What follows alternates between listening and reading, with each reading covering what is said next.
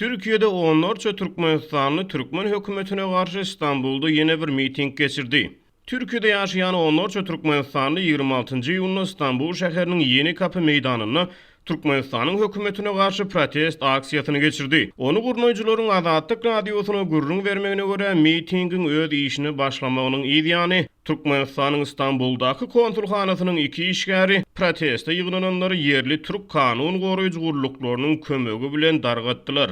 Azatlyk radiosyna gowşan videolarda we suratlarda proteste ýygnananlar Türkmenistanyň prezidentine öz nägileliklerini beýan etdiler. Olaryň en çemeti proteste ýüzleri maskaly, käbirleri başgaply we gözleri äýnekli gatnaşdylar. Şeýle-de olaryň arasyna prezident Berdimuhammedowyň suraty çekilen futbolka giýinip suraty düşen adamlary hem görmek bolýar. Mitingi gurnoýjylardan aktivist Çemen Öre anyny Azatlyk radiosyna beren interwýusyny protest şäheretine ilki başda 100 töweregi adamyň gatnaşmagyna garaşlan ony, ýöne 50 töweregi adamyň gatnaşanyny habar berdi. Ol Türkmen konsulhanasynyň iki işgäriniň mitingi ýygnananlary meçe görmek üçin ol ýere baranlyklaryny we olardan biriniň Türkmenistanly aktivist Ömruzak Umarkuliýew 2018-nji ýylda aldy ýol bilen Türkiýeden Türkmenistana äkitmek operasiýasyna gatnaşan Azat Jepparow atly konsulhana işgärdigini gurrun berdi. Videolarda Türkiýanyň kanun goraýjy edaralarynyň ýygnananlary bu çäräniň türk häkimiýetlerinden bir usut geçirilýändigini düşündürüşlerini eşitmek mümkin. Aktivist Çemen Öre 26-njy iýulda mitingden soň Azatlyk radiosyna beren interwýusyny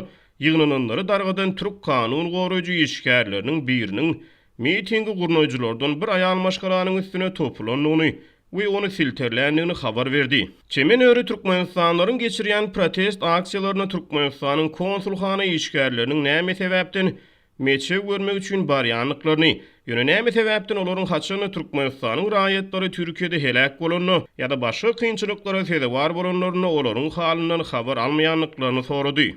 Но почему-то, когда у нас люди, наши граждане умирают, посольских невозможно найти. Или наши люди застревают в аэропорту из-за коронавируса, посольских нельзя найти.